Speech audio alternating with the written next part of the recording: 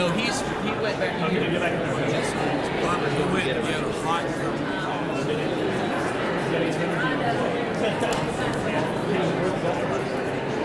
Good.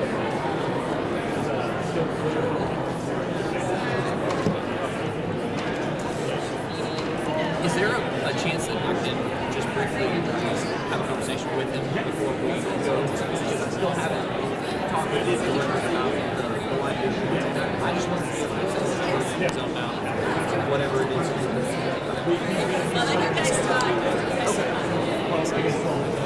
Hello, morning, Phyllis Slater. How are you? He was out here. He was here at one time. He's practicing for New York.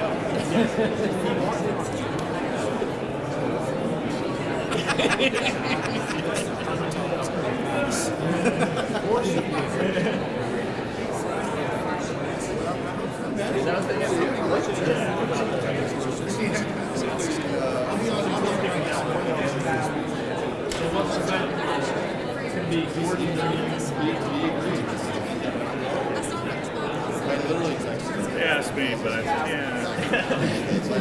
You're not one for the spotlight, are you? No. I just had to like. How was that?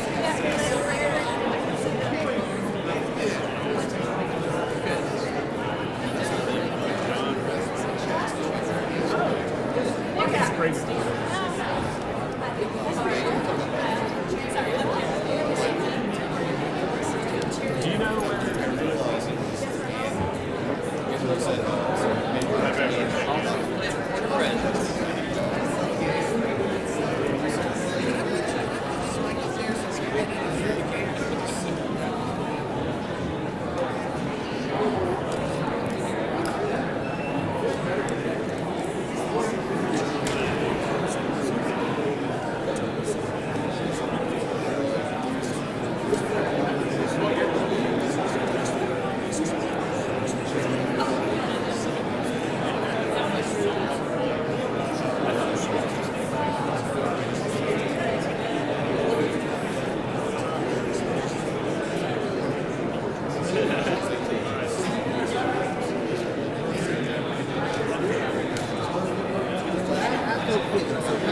We can close with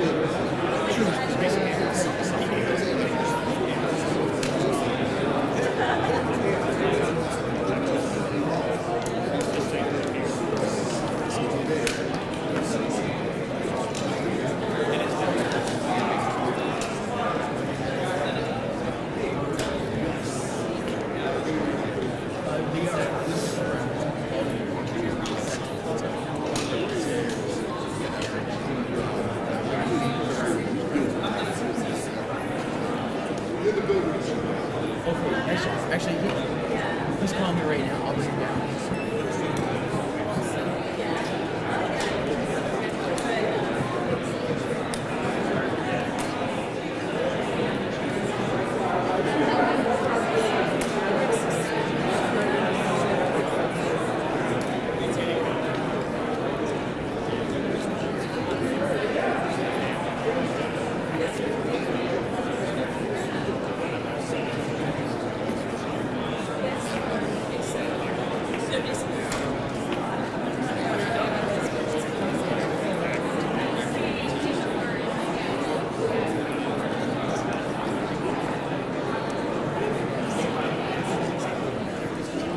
Now we gotta find Jordan.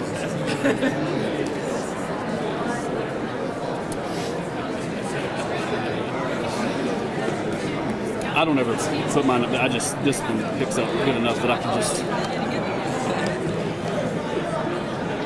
do like that.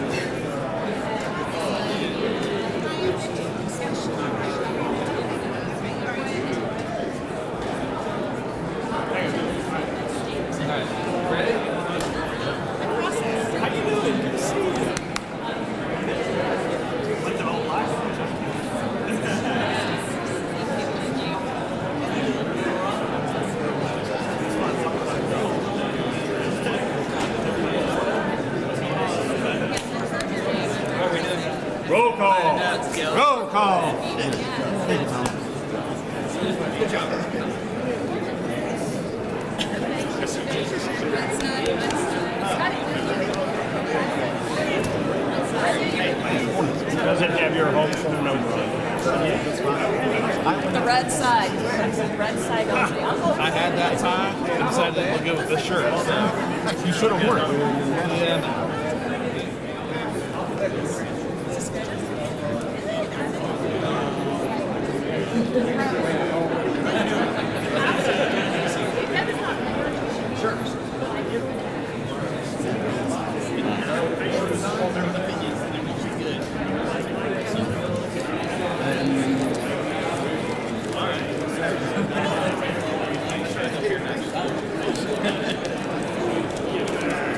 We need more signs on that side.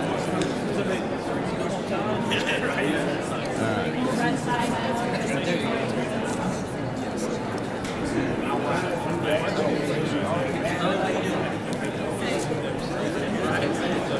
I got two. I'll go over this side. You go out. I'll balance it out. All right, y'all ready? Leave my phone here. Smart. Good. All right.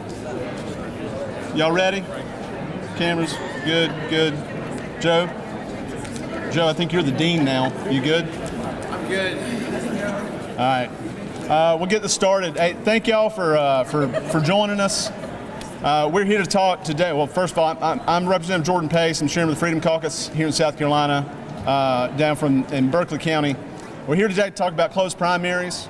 I'm going to keep my part short because I want to introduce Mike Burns, who's the sponsor of the closed primary bill 3310, a bill that has been filed for in some form or fashion by several different folks throughout, some of which are in the Senate now and started the Senate, but something that we've been trying to do for literally decades, for most of my life.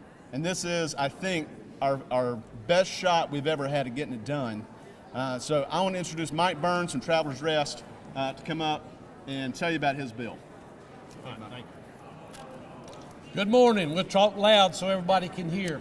I'm Mike Burns, District 17. That's in northern Greenville County. And a Republican platform issue forever has been to close the primaries. And I've been involved in filing bills for 13 years or so trying to get this accomplished. And 80+% of the Republican electorate is in favor of a bill like this. And we've been pushing for it, and what we want is a strong bill. We want Republicans to elect Republicans, Democrats to elect Democrats, and then anybody that wants to vote in the general can come in and vote on it. But we want our party to elect our candidates. And that's not exactly happening throughout the state, and this has been a statewide initiative for quite a long time. So 3310 is one of the bills that will be considered next Wednesday morning at 9 o'clock. There's a competing bill, 3643, of which, at least for the time being, I'm still a co-sponsor on. It does some good. It closes the primaries to the point of Republicans and any independent or unaffiliated voter. So you got a contrast. One bill wants to close the primaries and just be elected by the party. The other bill is letting some other people who are not affiliated come in and vote. So we got a choice to make. And I'm an advocate for the strong bill, and it reminds me, you know, back about 50 plus years ago, there was an old country song, and that song was sung by Gene Shepherd. And it had nothing to do with politics, but it has a line that is exactly what's going on here. It had, if you've never tasted filet mignon, peanut butter tastes just fine. And so we got two bills. One is filet, one is peanut butter, and we get to make a decision next Wednesday morning. I appreciate each of you being here, and I'm asking that you support Bill 3310. And I'd like to recognize Congressman Norman. He come up and have some comments and weigh in on this issue. We appreciate him being here this morning. Thank you. Appreciate it. Thank you. Thank you so much. It is an honor to be in this hallowed chamber. It's a special day, and I want to thank all of the true patriots who have got our sign on closing the primaries. Folks, this is an 80% issue among Republican voters. We have supermajorities in the House and in the Senate. Now is the time to tackle some issues that is going to be contested, but that's okay. The fact that Mr. Burns has put this up, I heard 19 years, but the fact is it's been a long time. And folks, I know there's another companion bill. It's a weak bill. We've got to go with the strongest one, and Mike Burns has got that. And it's something that we need to shepherd through. Now, what you're seeing today is a preview of coming attractions.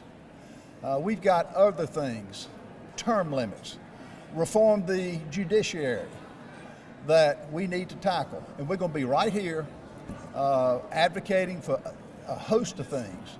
And I'm going to ask the General Assembly to take it seriously.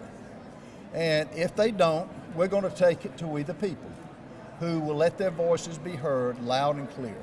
As you're seeing now, now's the time to make substantive changes to South Carolina that the voters want. This isn't something that we can wait. So I'm excited that you're putting this up, Mike. I'm excited that we're going to follow it through. I was hoping the meeting could be today. The fact that it's next week, that's fine. What we don't want it to happen is to mothball it, is to refer it to a committee that goes to another committee. Folks, we're going to follow that. And I've got the patriots behind me that are going to call attention to it. So I'm excited. I took time away from Congress to be here. And this is a very, very important issue. The elections that we have in the state for the state are often within a number 20, 30 votes. We can't have those on the opposite party stopping people from being elected, and we've got to put a stop to that. Closing the primaries will do so. There are 20 other states that have pretty much what we are proposing this today. So I want to thank you all for coming out. It's an honor and a privilege. We have a great state, and folks, we need to make it even greater. Godspeed.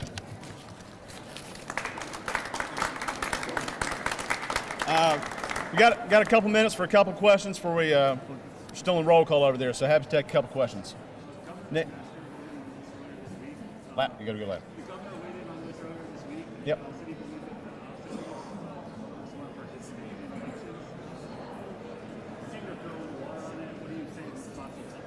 Well, I would say look at the results of those ballot questions. I think there's been 4 of them. They've all been over 75%. I think the last one was like 91%.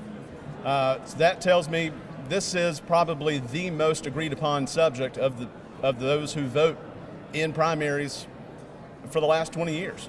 So the government master's free to have his opinion, and I hope he does the right thing when we get this bill to his desk. Yep.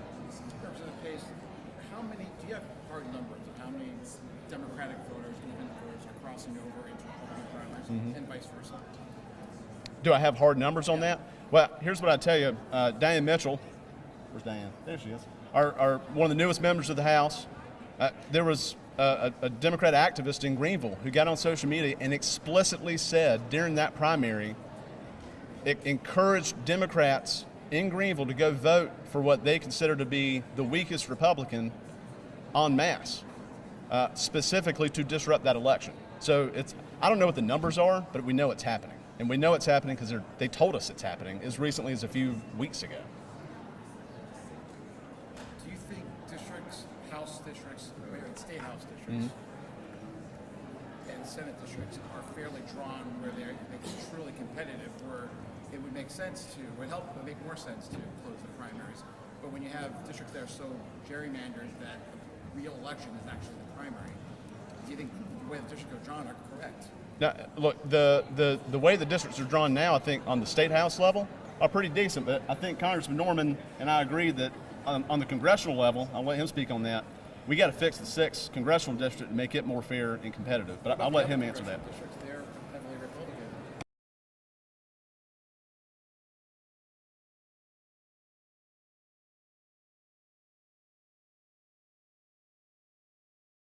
the thought process, well, it's just a little bit of non-integrity. It doesn't matter. It's like cancer.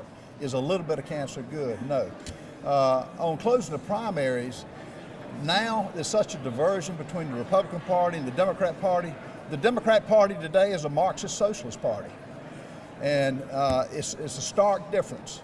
And the fact that this shouldn't even be an issue for the legislature to change. On the redistricting, District 6, if you look at it, you've got to be a mathematician or a rocket scientist to figure out where to go vote. Of the 14 counties in District 6, 8 of them spill over into other counties where they share votes. We're going to draw it fairly. And I like Jim Clyburn. He's been there 31 years.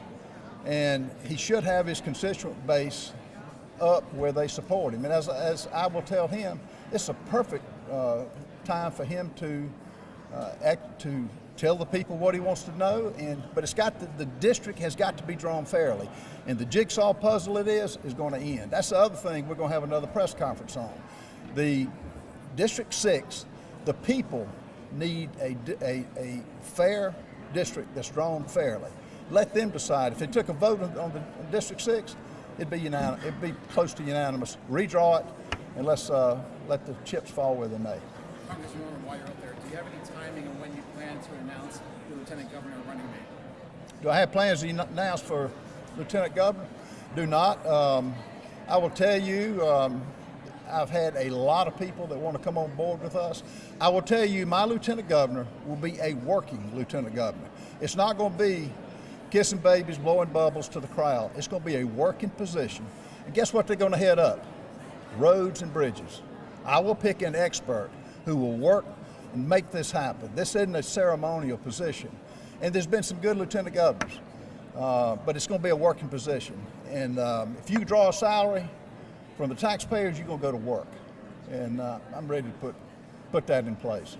You'll know in due time, though. Last one.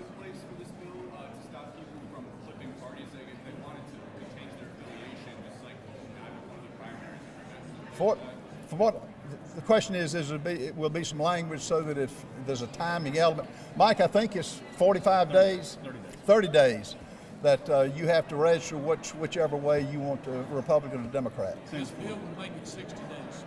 The bill would It's make 30 days now, but it would make it 60 days. okay 60 days, which is I think fair. All right. Speaking of going to work, we got to go to work. So appreciate y'all coming out today, and we'll be around for a few minutes to answer individual questions. Thanks.